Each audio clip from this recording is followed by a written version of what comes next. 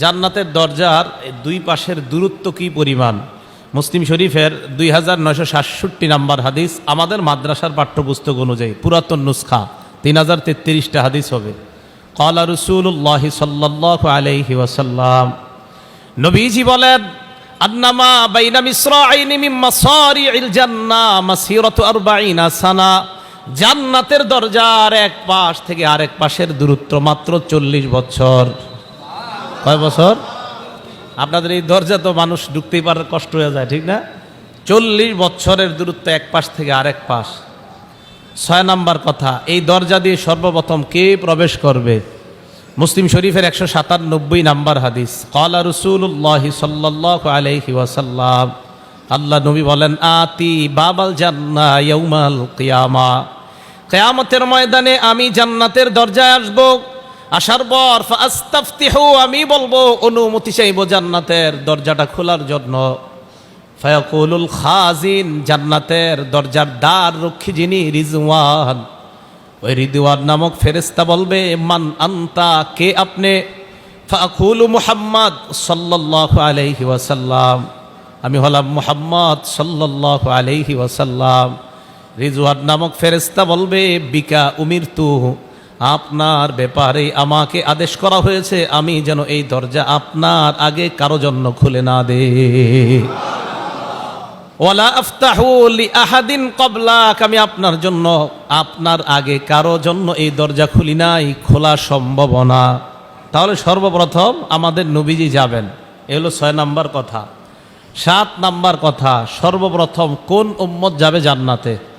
মুসলিম শরীফের 855 নাম্বার হাদিস, ক্বালা রাসূলুল্লাহ সাল্লাল্লাহু আলাইহি ওয়াসাল্লাম, আল্লাহ নবী বলেন, নাহনুল আখিরুন, দুনিয়াতে আসছি আমরা শেষে। আল আউয়ালুনা ইয়াউমাল কিয়ামা, তবে কিয়ামতের ময়দানে থাকবো আমরা সর্বাগ্রে। দুনিয়াতে আসছি শেষে, থাকবো সবার আগে। ওয়া নাহনু আউয়ালু মান ইয়াদখুলুল জান্নাহ, আমি আর আমার উম্মত আমরাই সর্বাগ্রে কিয়ামতের ময়দানে জান্নাতে প্রবেশ করব। নবীজি বলেন, উতিনা বাইদা আন্নাহুম উতুল কিতাব মিন ক্বাবলিনা, অথচ আমাদের আগের যত উম্মত তাদেরকে আমাদের আগে কিতাব দেওয়া হয়েছে। ওয়া উতিনা মিন বাদিহিম, আমাদেরকে তাদের পরে কিতাব দেওয়া হয়েছে।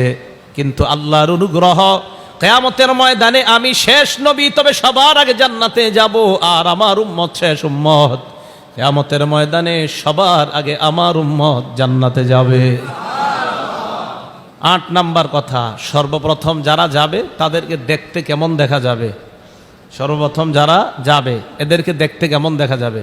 সহিহ বুখারী 3327 নাম্বার হাদিস, 3327, ক্বালা রাসূলুল্লাহ সাল্লাল্লাহু আলাইহি ওয়াসাল্লাম, আল্লাহ নবী বলেন, ইন্না আউয়ালা জুমরাতিন ইয়াদখুলুনাল জান্নাহ আলা সূরাতিল কমারি লাইলাতাল বাদ, সর্বপ্রথম যেই মানুষগুলা, যেই দলগুলা জান্নাতে প্রবেশ করবে তাদের চেহারাগুলা আকাশের পূর্ণিমার চাঁদের মতো উজ্জ্বল দেখা যাবে। সুম্মাল্লাযীনা ইয়ালুনাহুম আলা আশাদ্দি কাওকাবিন দুররিয়িন ফিস সামাই ইদাআ, এরপর যারা যাবে আকাশের সবচেয়ে উজ্জ্বল নক্ষত্রের মতো তাদের চেহারাগুলা দেখা যাবে।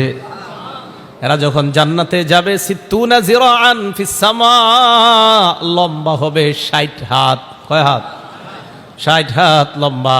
লায়াবুলুন, জান্নাতে যাওয়ার পর প্রস্রাব করবে না। ওয়ালা ইয়াতাকাওয়াতুনা, বাথরুমের প্রয়োজন হবে না। ওয়ালা ইয়ামতাখিতুনা, নাকের শ্লেষা আসবে না। নাকের শ্লেষা আসবে না। আমি দূরে সফর করি না ঠান্ডার রোগের কারণে, 12 বছর যাবত আমি ঠান্ডার রোগী। এই হাদিসটা বললে আমি চিন্তা করি, যাক জান্নাতে যদি যাইতে পারি তো ঠান্ডা লাগবে না। ওয়ালা ইয়ামতাখিতুনা, এরা শ্লেষা আসবে না। নাকে কোনোদিনও এদের এই ঠান্ডার কারণে কত কিছু হয় আমাদের, এইগুলা কখনো হবে না। ওয়ালা ইয়াতফিলুনা, থুতু ফালানোর প্রয়োজন হবে না। আমি যে কি পরিমাণ কফ ফালাই, তো চিন্তা করি, যাক এই যদি আল্লাহ কোনো মতে আপনি জান্নাতে নেন, অন্তত এই আযাব আর জান্নাতে হবে না ইনশাআল্লাহ। ওয়ালা ইয়াতফিলুনা, থুতু ফালাবে না। ওয়ালা ইয়ামতাখিতুনা, নাকের শ্লেষা আসবে না তাদের। নবীজি বলেন, শুধু তাই নয়, আমশাতুহুম আয-যাহাব, চিরুনিগুলা হবে স্বর্ণের। ওয়ারশহুম আল-মিস, ঘাম বের হবে, এই ঘামের মধ্য থেকে মেশক আম্বরের ঘ্রাণ বের হবে।